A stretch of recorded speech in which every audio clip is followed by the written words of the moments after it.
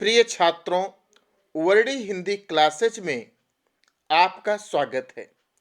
प्रिय छात्रों, श्रेष्ठ विचारक, सजग समालोचक एवं उत्कृष्ट निबंधकार प्रोफेसर जी सुंदर रेड्डी के द्वारा लिखा हुआ निबंध भाषा और आधुनिकता आपके हिंदी के गद्य भाग में सम्मिलित है।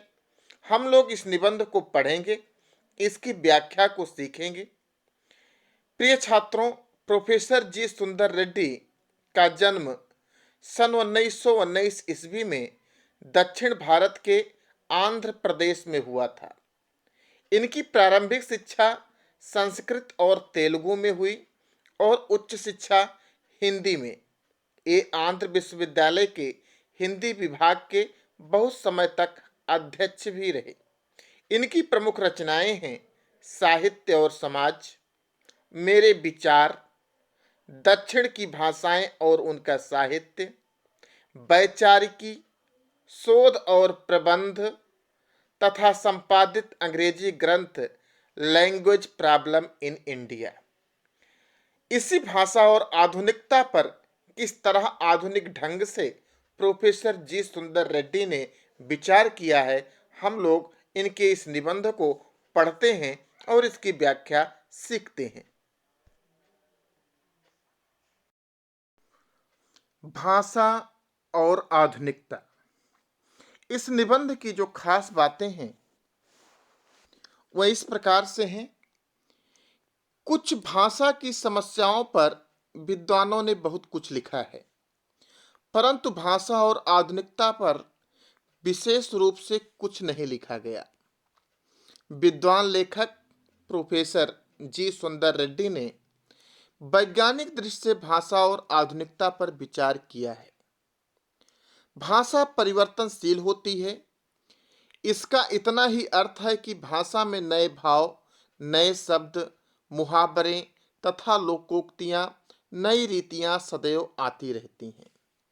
इन सब का प्रयोग ही भाषा को व्यवहारिकता प्रदान करता हुआ भाषा में आधुनिकता लाता है। विद्वान लेखक का मत है कि वैज्ञानिक शब्दावली को ज्यों का त्यों लेना चाहिए। भाषा को अपने नित्य नूतनता की प्रवृत्ति बनाए रखनी होगी, तभी व्यक्ति और समाज का सर्वांगीण विकास संभव हो सकेगा। व्यवहारिकता की दृष्टि से प्रोफेसर जी सुंदर रेड्डी का यह सुझाव विचारणीय है। प्रिय छात्रों, कबीर दास ने लिखा है कि संस्कृत है कूप जल, भाषा बहता नीर। उन्होंने भाषा को बहते नीर के समान बताया है।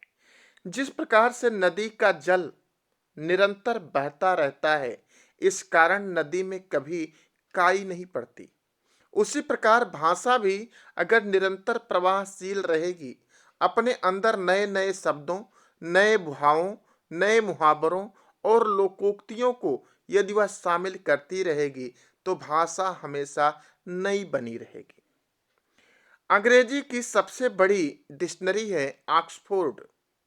यह डिक्शनरी प्रति वर्ष अपने शब्दकोश में विश्व की विभिन्न भाषाओं से ऐसे शब्दों को लेकर शामिल करती है जो सर्वाधिक प्रचलित होते हैं। इसीलिए अंग्रेजी भाषा इतनी जीवंत बनी हुई है। यदि हिंदी भाषा भी इसी तरह से नए शब्दों को अपने अंदर शामिल करे तो वह भी हमेशा जीवंत बनी रहेगी। किंतु हम ट्रेन का हिंदी खोजते हैं कि ट्रेन की हिंदी क्या है, तो हम कहते हैं कि लौह पथगामिनी भक भक। लौह पथगामिनी स्टेशन का हिंदी क्या है, हम उसकी हिंदी खोजते हैं, कहते हैं लौह पथगामिनी भक भक अड्डा, स्टेशन का अड्डा। इस तरह से अगर हम हिंदी भाषा के शब्दों में विभिन्न भाषाओं के शब्दों का अनुवाद करते रहेंगे तो हमारी भाषा आधुनिक नहीं हो पाएगी। हमें अपनी भाषा में उन भाषाओं के प्रचलित शब्दों को उसी रूप में स्वीकार करना होगा, तभी हमारी भाषा आधुनिक बन पाएगी। तो चलिए, इस निबंध में प्रोफेसर जी सुंदर रेड्डी ने जो अपने प्रमुख विचार दिए हैं, उन विचारों को हम पढ़ते हैं और समझते हैं। प्रोफेसर जी सुंदर रेड्डी लिखते हैं कि किसी भी क्षेत्र में रमणीयता लाने के लिए नित्य नूतनता की आवश्यकता होती है। इसी को दृष्टि में रखकर ही माघ ने कहा होगा, छड़े छड़े यन्नवतामुपैति तदेव रूपम रमणीयताया। प्रिय छात्रों, माघ की रचना शिशुपाल वध में यह सूक्ति लिखी हुई है, जिसमें माघ ने लिखा है कि छड़े छड़े यन्नवतामुपैति तदेव रूपम रमणीयताया। जो प्रत्येक क्षण नवीनता को धारण करता है वही रमणीयता का स्वरूप है। जैसे प्रकृति प्रत्येक क्षण अपने अंदर नवीनता को धारण करती है, इसीलिए यह प्रकृति हमेशा हमें रमणीय दिखाई पड़ती है। जो आज प्रकृति में है उसमें कल आने तक कुछ न कुछ परिवर्तन अवश्य हो जाता है, और विभिन्न प्रकार के मौसमों में तो इसमें और अधिक परिवर्तन हो जाता है। इसलिए प्रकृति हमेशा रमणीय लगती है।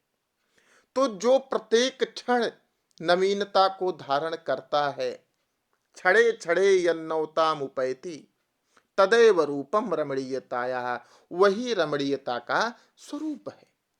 लेखक लिखता है कि रमणीयता और नित्य नूतनता अन्योन्याश्रित हैं। रमणीयता के अभाव में कोई भी चीज मान्य नहीं होती। भाषा की नवीनता और उसकी सुंदरता रमणीयता की द्योतक है। जो वस्तु रमणीय होगी वह नवीन भी होगी, और जो नवीन भी होगी उसमें रमणीयता भी होगी। नित्य नूतनता किसी भी सर्जक की मौलिक उपलब्धि की प्रामाणिकता सूचित करती है। उसकी अनुपस्थिति में कोई भी चीज वस्तुतः जनता व समाज के लिए स्वीकार्य नहीं होगी।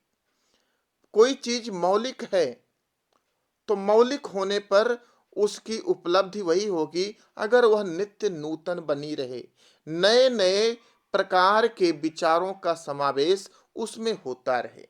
यदि हम सड़ी गली मान्यताओं से जकड़ा हुआ समाज जैसे आगे बढ़ नहीं पाता, वैसे ही पुरानी रीतियों और शैलियों की परंपरागत लीक पर चलने वाली भाषा भी जन चेतना को गति देने में प्रायः असमर्थ रह जाती है।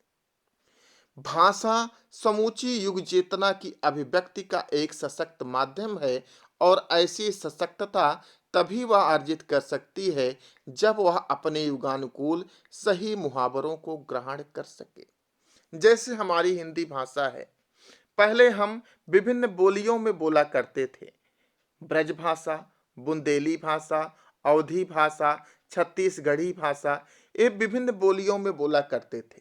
लेकिन ये हमारे पुनर्जागरण काल में यह अनुपयुक्त महसूस हुई, क्योंकि हम एक क्षेत्र से दूसरे क्षेत्र में जाते थे तो हमारी भाषा बोली बदल जाती थी। अगर खड़ी बोली ना होती, अगर खड़ी बोली का सही से उपयोग ना भारतेंदु युग में और द्विवेदी युग में हुआ होता, तो शायद हमारी स्वतंत्रता आंदोलन के समय उतनी अधिक एक दूसरे के साथ पकड़ न बन पाती। स्वतंत्रता आंदोलन में शायद हम सफल न हो पाते। इसीलिए भाषा समूची युग चेतना की अभिव्यक्ति का एक सशक्त माध्यम है। भाषा सामाजिक भाव प्रकटीकरण की सुबोधता के लिए ही उद्दिष्ट है। इसके अतिरिक्त उसकी जरूरत ही सोची नहीं जाती। भाषा का उद्देश्य होता है कि सामाजिक भाव प्रकटीकरण। अगर हम सामाजिक रूप से एक दूसरे से सुबोधता से भाव प्रकट करने में सक्षम नहीं हैं, तो भाषा पुरानी मानी जाएगी। इस उपयोगिता की सार्थकता समसामयिक सामाजिक चेतना से प्राप्त अनेक प्रकार की संश्लिष्टताओं की दुरूहता का परिहार करने में ही निहित है।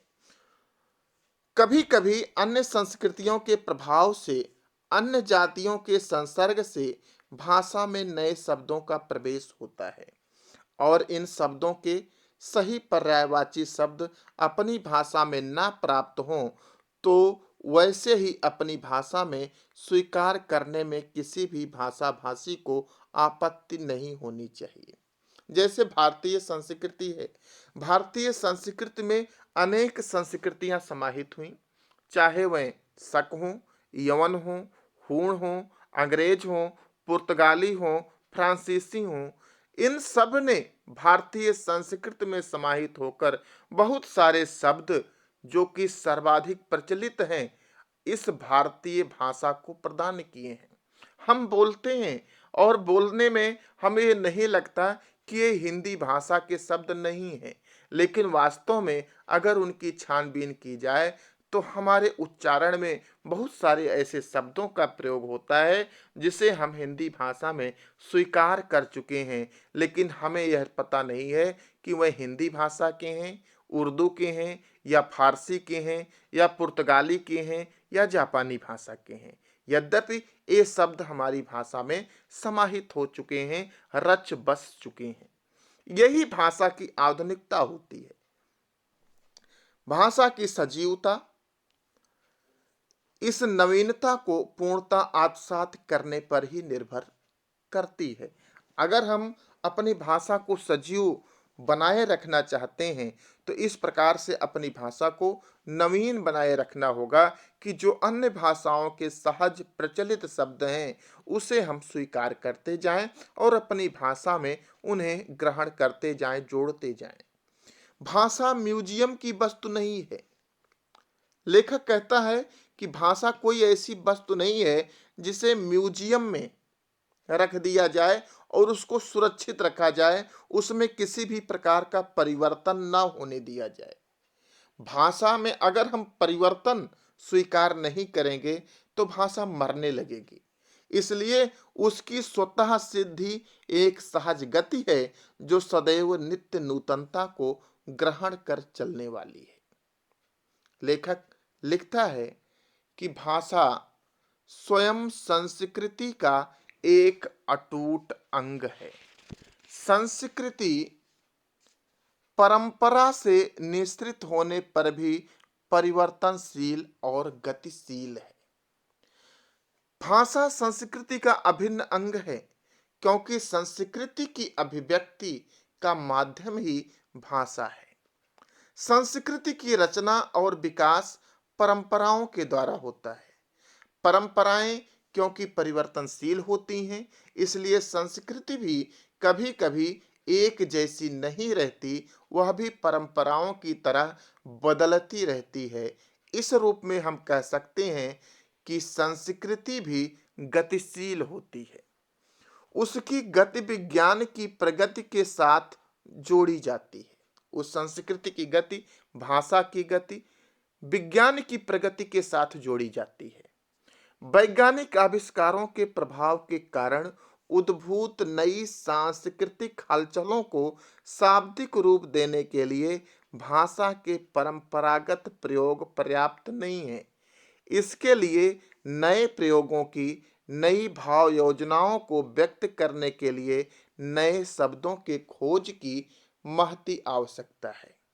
हमें विज्ञान के इन प्रयोगों और जीवन में आए बदलावों को व्याप्त करने के लिए नए शब्दों की खोज करनी पड़ती है अथवा उसके लक्षणों के अनुरूप नए शब्द का सृजन करना पड़ता है। इस प्रकार से सांस्कृतिक परिवर्तन अथवा विकास हमारी भाषा को प्रभावित अवश्य करते हैं। अब प्रश्न यह है कि भाषा में परिवर्तन कैसे संभव है। लेखक प्रश्न करता है कि अगर भाषा परिवर्तनशील है और हमें युगानुकूल संस्कृति के अनुसार परिवर्तन करना है तो ये परिवर्तन कैसे संभव है? यत्न साध्य अथवा सहज सिद्ध है। हमें यत्न करके इनमें परिवर्तन करना चाहिए, स्वयं प्रयत्न करके परिवर्तन करना चाहिए। यह परिवर्तन सहज सिद्ध अपने अनुसार अपने आप ही हो जाएगा। यत्न साध्य से हमारा तात्पर्य यह है कि भाषा को युगानुकूल बनाने के पीछे किसी व्यक्ति विशेष अथवा व्यक्ति समूह का प्रयत्न होना चाहिए। और सहज सिद्ध से आशय इतना ही है कि भाषा की यह गति स्वाभाविक होने के कारण यह किसी प्रयत्न विशेष की अपेक्षा नहीं रखती। यदि उपलब्ध भाषा वैज्ञानिक आधारों का पर्याप्त अनुशीलन करें तो पहली बात ही सत्य सिद्ध होगी कि यत्न साध्य है, हमें प्रयत्न करना पड़ेगा। 18वीं सदी में अंग्रेजी भाषा ने और 20वीं सदी में जापानी भाषा ने इस नवीनीकरण की पद्धति को अपनी कोशिशों से संपन्न बनाया। हर भाषा की अपनी खास प्रवृत्ति होती है। शब्द निर्माण तथा अर्थ ग्रहण की दिशा में उसका अपना अलग रुख होता है। उस विशेष प्रगति के रुख को ध्यान में रखकर ही बिना उस भाषा की मूल आत्मा को विकृत बनाए हम अन्य भाषागत शब्दों को स्वीकार कर सकते हैं। चंद रूपगत परिवर्तन के साथ यह काम एशिया और अफ्रीका जैसे वैज्ञानिक साहित्य सृजन की दिशा में पिछड़े हुए देशों में और भी सत्तर होना चाहिए और इसकी अत्यंत आवश्यकता है। लेखक का मानना है कि हमें भाषा को युगानुकूल बनाने के लिए, आधुनिक बनाने के लिए हमें प्रयत्न करना होगा कि हम उसे विकृत भी न होने दें और ऐसी भाषा के शब्दों को उसमें शामिल करते रहें जो वास्तव में वैज्ञानिक प्रगति के अनुकूल हैं। भाषा की साधारण इकाई शब्द है। शब्द के अभाव में भाषा का अस्तित्व ही दुरूह है। भाषा की साधारण इकाई शब्द है, क्योंकि शब्द से ही हम वाक्य बनाते हैं और वाक्य ही हमारे विचारों को प्रकट करते हैं। तो शब्द के अभाव में भाषा का अस्तित्व ही दुरूह है। यदि भाषा में विकसनशीलता शुरू होती है तो शब्दों के स्तर पर ही। दैनंदिन सामाजिक व्यवहारों में हम कई ऐसे नवीन शब्दों का इस्तेमाल करते हैं जो अंग्रेजी, अरबी, फारसी आदि विदेशी भाषाओं से उधार लिए गए हैं। जैसे कमरा हम सामान्य रूप से बोलते हैं और हमें लगता है कमरा शब्द हिंदी भाषा का है, लेकिन अगर हम अपने शब्दकोश में देखें तो यह कमरा हिंदी भाषा का नहीं बल्कि पुर्तगाली भाषा का है। वैसे ही नए शब्दों का गठन भी अनजाने में अनायास ही होता है। ये शब्द अर्थात विदेशी भाषाओं से सीधे अविकृत ढंग से उधार लिए गए शब्द भले ही काम चलाऊ माध्यम से प्रयुक्त हों, साहित्यिक दायरे में कदापि ग्रहणीय नहीं है। यदि ग्रहण करना पड़े तो भाषा की मूल प्रकृति के अनुरूप साहित्यिक शुद्धता प्रदान करनी पड़ती है। यहाँ प्रयत्न की आवश्यकता प्रतीत होती है। और एक प्रश्न यह है कि कौन इस साहित्यिक शुद्धिकरण का जिम्मा अपने ऊपर ले सकते हैं। अगर इस साहित्यिक शुद्धिकरण में प्रयत्न की आवश्यकता है तो वह कौन है जो इस साहित्यिक शुद्धिकरण में हिस्सा ले, वह प्रयत्न कौन करेगा। हिंदी भाषा के नवीनीकरण या शुद्धिकरण के लिए भारत सरकार ने अब तक काफी प्रयत्न किया है। इसके लिए सन 1950 में शास्त्रीय एवं तकनीकी शब्दावली आयोग की स्थापना की गई, जो विज्ञान की हर शाखा के लिए योग्य शब्दावली का निर्माण कर रही है।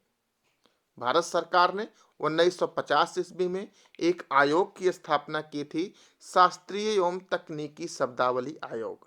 यह आयोग विज्ञान की हर शाखा के लिए योग्य शब्दावली का निर्माण कर रहा है। इसी प्रकार हिंदी साहित्य सम्मेलन जैसी ऐच्छिक संस्थाओं ने भी इस दिशा में कुछ महत्वपूर्ण काम किया है। हिंदी साहित्य सम्मेलन, जिसकी स्थापना पुरुषोत्तम राजर्षि टंडन ने सन 1910 ईस्वी में इलाहाबाद में की थी, यह हिंदी साहित्य सम्मेलन जो कि इलाहाबाद में स्थित है, इसने भी इस दिशा में कुछ महत्वपूर्ण काम किया है।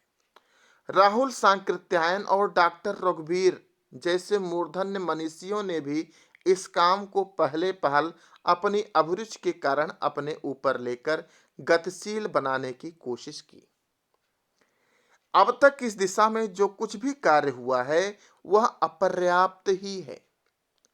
जितना होना चाहिए था उतना शायद हिंदी भाषा में उतना कार्य नहीं हो पाया है, क्योंकि यह कार्य अपनी शैशवकालीन दशा से गुजरकर आगे बढ़ नहीं सका। इसमें थोड़ा सा प्रयास हुआ और उसके बाद इसमें जैसे ठहराव सा आ गया। इसकी प्रगति के अवरोध में दो वर्ग बाधा डालते हैं। प्रथम वह वर्ग जो अपनी शुद्ध साहित्यिक दृष्टि के कारण आम प्रचलित उन पराये शब्दों को यथावत ग्रहण करने में संकोच करता है। प्रथम कौन सा वर्ग है? जो भाषा को हमेशा शुद्ध और साहित्यिक बनाए रखना चाहता है और विदेशों में प्रचलित जो आम बोलचाल की भाषा के शब्द हैं उनको उसी रूप में ग्रहण करने में वो संकोच करता है। दूसरा वह वर्ग है जो अपने विषय के पारंगत होने पर भी साहित्यिक व भाषा वैज्ञानिक पृष्ठभूमि के अभाव में उन प्रयुक्त विदेशी शब्दों को मनमाने ढंग से विकृत कर अपनी मातृभाषा पर थोपना चाहता है। आजकल कई प्रादेशिक सरकारों ने अपनी प्रांतीय भाषाओं में उच्च स्तरीय पाठ्य पुस्तकों के निर्माण के लिए कई आयोगों की स्थापना की है। हम आशा करते हैं कि वह आयोग उपर्युक्त उन बाधित तत्वों से हटकर अपना कार्य सुचारू बना सकेंगे। लेखक कहता है कि विदेशी शब्द जिन्हें अपनी प्रांतीय भाषाओं में ग्रहण करने की आवश्यकता है, खास तौर पर दो तरह के होते हैं, एक वस्तु सूचक और दूसरे भाव सूचक। विज्ञान की प्रगति के कारण नई चीजों का निरंतर आविष्कार होता रहता है। लेखक कहता है कि विज्ञान प्रगतिशील है, हमेशा विज्ञान प्रगति करता रहता है, इस कारण इसमें निरंतर आविष्कार होता रहता है और जब कभी नया आविष्कार होता है तो उसे एक नई संज्ञा दी जाती है। जिस देश में उसकी सृष्टि की जाती है वह देश उस आविष्कार के नामकरण के लिए नया शब्द बनाता है। वही शब्द प्रायः अन्य देशों में बिना परिवर्तन के वैसे ही प्रयुक्त किया जाता है। लेखक के अनुसार कि भाषा में नवीनता का गुण होना आवश्यक है। भाषा में नवीनता लाने के लिए अथवा भाषा को उत्तरोत्तर विकास करने के लिए भाषा के शब्दों पर ही प्रमुख रूप से ध्यान दिया जाना चाहिए। आज प्रत्येक देश में विज्ञान के क्षेत्र में विभिन्न आविष्कार हो रहे हैं। जैसे हम ब्लूटूथ ही ले लें। ब्लूटूथ नाम नया है, ये इस दशक का नाम है। अगर हम ब्लूटूथ को सोचें कि ब्लूटूथ को ब्लूटूथ के रूप में ही न स्वीकार करके इसका हिंदी रूपांतर करें तो संभव नहीं हो सकता। इसलिए वस्तु सूचक नामों को या भाव सूचक नामों को जो कि वैज्ञानिक आविष्कार के क्षेत्र के हैं उन्हें हमें उसी रूप में स्वीकार करना चाहिए। और जो देश जिस चीज का आविष्कार करता है वह देश चाहता है कि वह उसे अपने देश के अनुरूप बनाए, जिससे उसके देश की संस्कृति और सभ्यता प्रकट हो। यदि हर देश उस चीज के लिए अपना अलग अलग नाम देता रहेगा तो उस चीज को समझने में ही दिक्कत होगी। जैसे कुछ और उदाहरण हैं, रेडियो, टेलीविजन या स्पुतनिक। प्रायः सभी भाषाओं में इनके लिए एक ही शब्द प्रयुक्त होता है। एक और उदाहरण देखिए, जैसे सीढ़ी लगाना। सीढ़ी लगाना ऊपर चढ़ने के लिए अनादिकाल से भारत में एक ही साधन मौजूद था, सीढ़ी। औद्योगिक क्रांति आदि ने आवश्यकता के अनुसार और भी कई तरह की सीढ़ियों का निर्माण किया, जैसे लिफ्ट, एलिवेटर, एस्केलेटर आदि। भारतीयों के लिए ये बिल्कुल नए शब्द हैं और इसलिए भारतीय भाषाओं में इसके लिए अलग अलग नाम द्रष्टव्य नहीं होते। इस स्थिति में उन शब्दों को यथावत ग्रहण करने में कोई बाधा नहीं होनी चाहिए। फ्रेंच और लैटिन भाषाओं से अंग्रेजी ने ऐसे ही कई शब्दों को आत्मसात कर लिया और अंग्रेजी से रूसी ने। कभी कभी एक ही भाव के होते हुए भी उसके द्वारा ही उसके और अन्य पहलू अथवा स्तर साफ व्यक्त नहीं होते। उस स्थिति में अपनी भाषा में ही उपस्थित विभिन्न पर्यायवाची शब्दों का सूक्ष्म भेदों के साथ उपयोग करना पड़ता है। जैसे भाषा के प्रयोग के अंतर्गत कभी कभी ऐसी उपस्थिति हमारे सम्मुख उत्पन्न हो जाती है कि किसी भाव को व्यक्त करने के लिए हमारे पास अनेक पर्यायवाची शब्द होते हैं। तब हम कौन से शब्द का प्रयोग करें जिससे हमारी भावाभिव्यक्ति बिल्कुल सटीक और प्रभावशाली हो।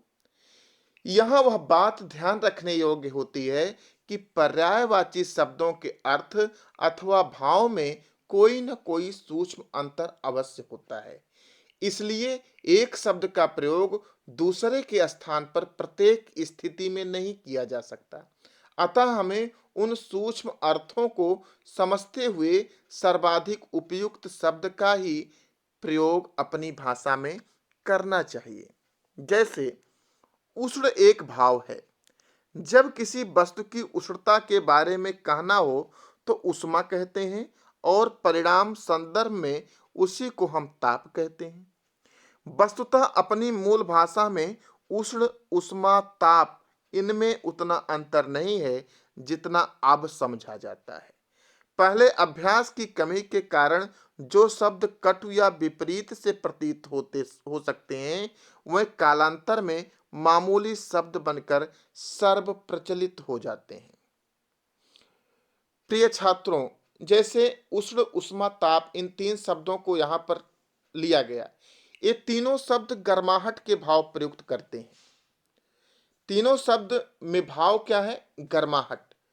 तो जब हम किसी की गर्माहट के भाव को व्यक्त करना चाहते हैं तो उसे उष्मा कहते हैं, किंतु जब हम उस गर्माहट के परिणाम की बात करते हैं तो उसके लिए ताप शब्द का प्रयोग करते हैं। उष्ण उस भाव का नाम है जिसके विभिन्न परिस्थिति जन्य भावों को व्यक्त करने के लिए उष्णता और ताप आदि शब्दों का प्रयोग किया जाता है। यद्यपि आम बोलचाल की भाषा में इन तीनों शब्दों में कोई विशेष अंतर नहीं समझा जाता, किंतु अब भाषा के विकास और उसके ज्ञान के प्रकार के कारण इस अंतर को समझा जाने लगा है और एक शब्द के स्थान पर दूसरे के प्रयोग को त्रुटिपूर्ण माना जाने लगा है। नवीनीकरण कितना ही प्रशस्त कार्य क्यों ना हुआ हो, उस प्रक्रिया में यह भूलना नहीं चाहिए कि भाषा का मुख्य कार्य सुस्पष्ट अभिव्यक्ति है। यदि सुस्पष्टता एवं निर्दिष्टता में से कोई एक भाषा वंचित रहे तो वह भाषा चिरकाल तक जीवित नहीं रह सकेगी। यदि लेखक कहना चाह रहा है कि नवीनीकरण कितना ही प्रशस्त कार्य क्यों न हुआ हो, उस प्रक्रिया में यह भूलना नहीं चाहिए कि भाषा का मुख्य कार्य क्या है? सुस्पष्ट अभिव्यक्ति। ऐसी अभिव्यक्ति जो पूर्ण रूप से अपने मंतव्य को स्पष्ट कर सके। यदि सुस्पष्टता और निर्दिष्टता में कोई भी भाषा वंचित रहे तो भाषा चिरकाल तक जीवित नहीं रह सकेगी। नए शब्दों के निर्माण में भी यही बात सोचनी चाहिए। इस संदर्भ में यह भी याद रखना चाहिए कि हम पूर्वाग्रहों से मुक्त होकर उस शब्द की मूल आत्मा तथा सार्थकता पर उन्मुक्त विचार कर सकें। अंग्रेजी भाषा शासकों की भाषा रही और भाव दासता की निशानी है। ऐसा सोचकर यदि हम नए शब्दों का निर्माण करने में लग जाएं तो हम नुकसान हमारा ही होगा, अंग्रेजों का नहीं होगा। उर्दू में प्रयुक्त अरबी और फारसी के शब्दों को जो इस्लाम धर्म को ज्ञापित करने वाले हैं, हिंदी वाले त्यागना आरंभ कर दें तो हिंदी भाषा सहज भाषा न रहकर एकदम बनावटी बनेगी। यदि यह नवीनीकरण सिर्फ कुछ पंडितों की व आचार्यों की दिमागी कसरत ही बनी रहे तो भाषा गतिशील नहीं होती। भाषा का सीधा संबंध उसके प्रयोग से है और जनता से है। यदि नए शब्द अपने उद्गम स्थान में ही अड़े रहें कि हम तो फले भाषा के शब्द हैं, उसके अलावा हम किसी दूसरे भाषा में ग्रहण नहीं किए जाएंगे, बोले नहीं जाएंगे, तो यदि नए शब्द अपने उद्गम उद्गम स्थान पर ही अड़े रहें और कहीं भी उनका प्रयोग किया नहीं जाए, तो उसके पीछे का उद्देश्य पर ही कुठाराघात होगा। इसके लिए यूरोपीय देशों में प्रेषण के कई माध्यम हैं, जैसे श्रव्य दृश्य विधान, वैज्ञानिक कथा साहित्य आदि। हमारी भारतीय भाषाओं में वैज्ञानिक कथा साहित्य प्रायः नहीं के बराबर है। किसी भी नए विधान की सफलता अंततः जनता की सम्मति व असम्मति के आधार पर निर्भर करती है और जनता में इस चेतना को उजागर करने का उत्तरदायित्व शिक्षित समुदाय एवं सरकार को होना चाहिए। भाषा में आधुनिकता लाने के लिए व्यवहारिक भाषा के स्वरूप का मानकीकरण करने के साथ साथ लिपि संबंधी सुधार भी आवश्यक है। भाषा के प्रयोग और उपयोग के साथ इन समस्याओं का समाधान जुड़ा हुआ है। लेखक कहता है कि संक्षेप में अगर हम अपनी बात को स्पष्ट करें तो नए शब्द, नए मुहावरे एवं नई रीतियों का प्रयोग से युक्त भाषा को व्यवहारिकता प्रदान करना ही भाषा में आधुनिकता लाना है।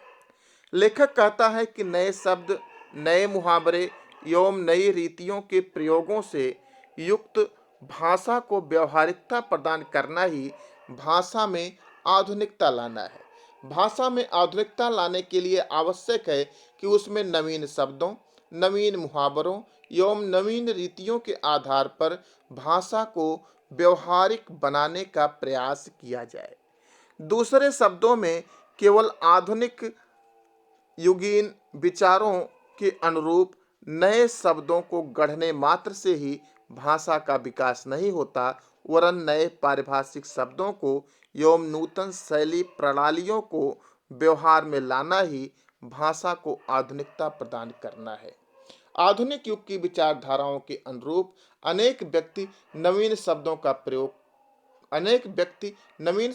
प्रयोग करना ही भाषा के विकास की दृष्टि से पर्याप्त मानते हैं, परंतु इस प्रकार की धारणा उचित नहीं है। केवल नवीन शब्द गढ़कर ही भाषा को आधुनिक नहीं बनाया जा सकता, वरन भाषा को आधुनिक बनाने के लिए आवश्यक है कि हम नवीन पारिभाषिक शब्दों एवं नवीन लेखन शैलियों पर आधारित लेखन पद्धतियों को प्रयुक्त करें। लेखक कहता है कि वरन नए पारिभाषिक शब्दों एवं नूतन शैली प्रणालियों को व्यवहार में लाना ही भाषा को आधुनिकता प्रदान करना है, क्योंकि व्यवहारिकता ही भाषा का प्राण तत्व है। नए शब्द और नए प्रयोगों का पाठ्य पुस्तकों से लेकर साहित्यिक पुस्तकों तक एवं शिक्षित व्यक्तियों से लेकर अशिक्षित व्यक्तियों तक के सभी कार्यकलापों में प्रयुक्त होना आवश्यक है।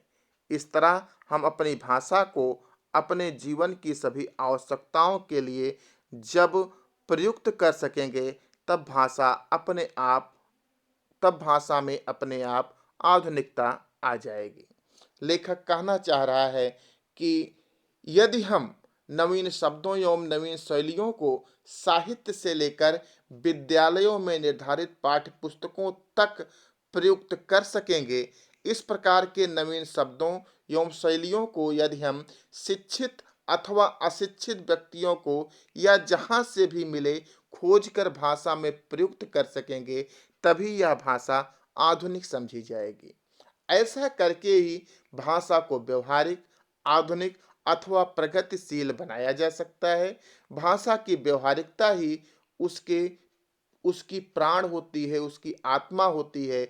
इसलिए जो भाषा व्यवहारिकता को त्याग देती है वह शीघ्र मर जाती है। इसलिए संस्कृत है कूपजल, भाषा बहता नीर। कबीर की इस पंक्ति को ध्यान में रखकर हमें भाषा को हमेशा गतिशील बनाते रहना होगा। नए नए शब्दों को, नए नए भावों को, नए नए लोकोक्तियों को उसमें शामिल करते रहना होगा, तभी यह भाषा वास्तविक रूप से गतिशील होगी, प्रामाणिक होगी तथा हमेशा जीवंत बनी रहेगी। तो प्रिय छात्रों, इस प्रकार से प्रोफेसर जी सुंदर रेड्डी के द्वारा लिखा गया यह सुंदर निबंध भाषा और आधुनिकता संपूर्ण होता है। यह निबंध आपकी परीक्षा के लिए बहुत ही महत्वपूर्ण है और इससे एक प्रश्न अवश्य ही पूछा जाता है। इसलिए इस निबंध को आप लोग ध्यान से पढ़िएगा, समझिएगा तथा इस पर पूछे जाने वाले विभिन्न प्रकार के पैराग्राफों और उस पर के प्रश्नों को आप ध्यान से देखिएगा, जिससे आप बोर्ड परीक्षा में अच्छे अंक प्राप्त कर सकें। धन्यवाद।